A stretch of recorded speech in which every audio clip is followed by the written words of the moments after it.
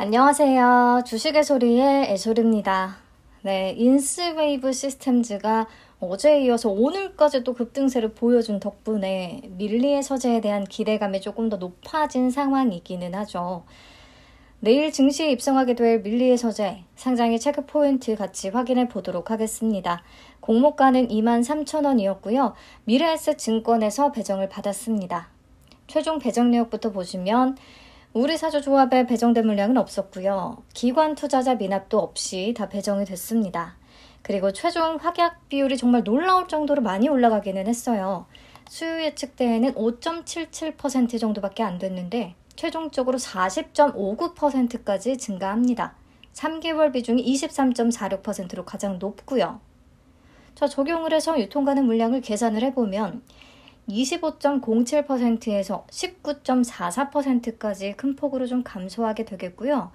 금액으로 계산을 하면 약 363억 원 정도가 되겠습니다. 막 확실하게 정말 가볍다라고 말할 수 있는 수준까지는 아니지만 그래도 분명히 많이 줄여줬어요. 자, 상장일에 매각 가능한 주체별로 비중을 보면 기존 주주가 33.83%로 가장 높은 비중을 차지하게 되고요. 그 다음이 국내 기관 28.25%, 그 다음 일반 청약자 23.78%, 외국 기관도 14.14%로 조금 있는 편이기는 하네요. 근데 어느 한 주체의 비중이 압도적으로 높다기보다는 비슷비슷한데 그 중에서 기존 주주의 비중이 가장 높다. 그렇다면 상장일에 유통가능 물량을 들고 있는 기존 주주가 누구냐? 보시면 기타 주주라고 뭉뚱그려서 그냥 명시가 되어 있습니다. 그래서 정확한 정체나 투자 단가를 파악하는 게 좀 어렵긴 한데 주로 소액 개인 투자자들로 구성이 된 것 같고요.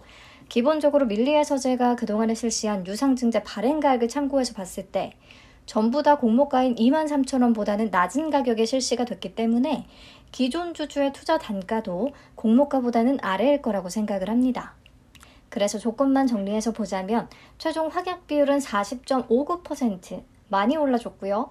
덕분에 유통 가능한 물량이 20% 밑으로 떨어졌는데 매각 가능한 주체 중에서 기존 주주의 비중이 꽤 있었고 이들의 상장일 매각 가능성은 좀 높다고 할 수가 있겠습니다.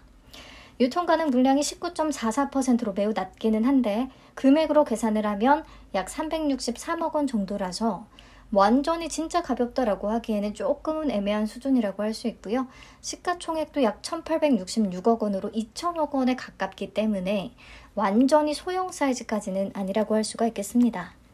그래서 확약 비율이 기대 이상으로 높아진 덕분에 상장일의 유통 가능 사이즈가 많이 줄기는 했지만 완전히 베스트까지는 아닌 그런 조건이다라고 확인을 해주시면 될 것 같아요.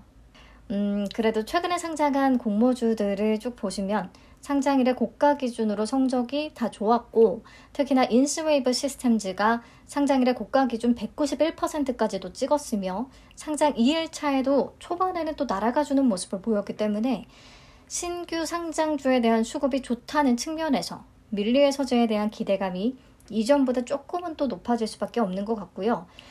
유통시 총 300억 원대 종목들만 한번 추려서 봤을 때 나라셀라를 제외하고 큐리옥스, 센서뷰, 필에너지, 바이오인프라, 센즈랩까지 전부 다 좋은 성적을 내줬었어요. 그래서 수급만 붙는다고 하면 300억 원대는 충분히 소화되고도 남을 수가 있겠다라는 생각이 듭니다. 다만 시가총액이 2천억 원에 가깝고 독서 플랫폼이라는 섹터가 다소 매력이 좀 떨어진다고 볼 수가 있겠고 상장이 되어 있는 비교 기업이 딱 존재하는 게 아니라서 약간은 아리송한 측면이 없지 않아 있기는 한데 무튼 신규 상장주 당일에는 수급이 가장 중요한 거라 수급이 인스웨이브 때처럼만 붙어준다면 충분히 승산은 있겠다. 그리고 이번에도 참고차 제 맘대로 주가는 한번 계산을 해봤습니다. 23년 반기 연환산 순이익 기준으로 미스터블루의 PER은 15.37배 정도, 예스24의 PER은 45.2배 정도로 계산이 됩니다. 사실 예스24의 PER이 높은 건 주가가 떨어지는 속도 대비해서 실적이 빠르게 급감한 영향이 좀 크기는 하거든요. 그래서 이게 과연 적절한 비교 대상으로 넣는 게 맞는지 고민이 되긴 했는데 이 둘의 평균을 계산하면 30배 정도가 되잖아요. 미디어 콘텐츠 업종의 평균 PER이 25배에서 30배 정도가 되기 때문에 그냥 오케이라고 하고 적용을 했습니다.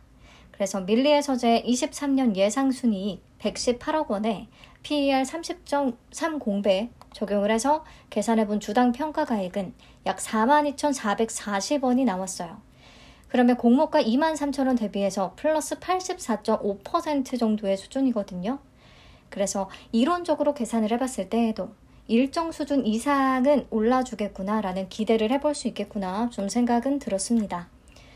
자, 아마도 밀리의 서재에 겹쳐있던 4종목 중에서 비중을 가장 낮게 두신 분들이 많을 거라고 생각을 해요. 특히나 0.6주 가성비 청약하신 분들이 많으실 텐데요. 가성비 청약을 했다면 690만 원이 필요했거든요. 690만 원에 대한 이틀치 파킹 이자는 약 1,150원 정도가 되겠고요. 그러면 균등을 한 주도 못 챙겼다고 가정을 했을 때 상장일에 14% 이상 올라주면 그래도 파킹 이자와 수수료까지 감안하더라도 수익 구간에 들어갈 수 있다는 계산이 나옵니다. 이 이상은 충분히 가능할 거라고 보고 있고요. 자, 상장일의 가격 제한폭은 13,800원에서 92,000원까지 움직일 수가 있겠습니다. 부디 인스웨이브의 이런 흐름이 밀리의 서재에도 긍정적인 기운을 좀 가져올 수 있었으면 하고요. 다만 인스웨이브와는 달리 유통시총이나 시가총액이 완전히 가볍지는 않고 비교해 봤을 때 완전히 가볍지는 않고 또 기존 주주의 비중이 조금은 있는 편이라는 것을 체크를 분명히 하셔야겠습니다. 그리고 확실히 최근에 상장한 종목들의 상장일 흐름을 살펴보면요. 시초가 매도가 답이 아닌 경우가 더 많기는 했어요. 상장일의 시초가 기준의 수익률과 고가 기준의 수익률 차이가 꽤 다 벌어져 있거든요. 표를 보시면 100% 이상으로 출발한 스마트 레이더 시스템을 제외하고는요. 그래서 밀리의 서재도 무조건 기다렸다 파는 게 더 좋지 않겠냐라고 생각하시는 분들이 많을 수 있겠죠. 정답은 아무도 모르겠지만. 그래서 만약에 밀리도 시초가가 공모가의 30%에서 40% 수준, 약간 정말 애매하게 출발한다고 하면 기다려보는 것도 확률상 나쁘지는 않겠다는 생각이 들긴 합니다. 근데 우리의 이런 심리를 세력들이 또 역이용해서 뒤통수 치는 거 아닌가 싶기도 한데 우선 굵직하게는 이렇게 전략을 짜고 상장일의 상황을 보면서 대응을 해보도록 하겠습니다. 저는 내일 아침에 상장일 방송으로 찾아올게요. 늘 감사합니다. 좋은 하루 되세요.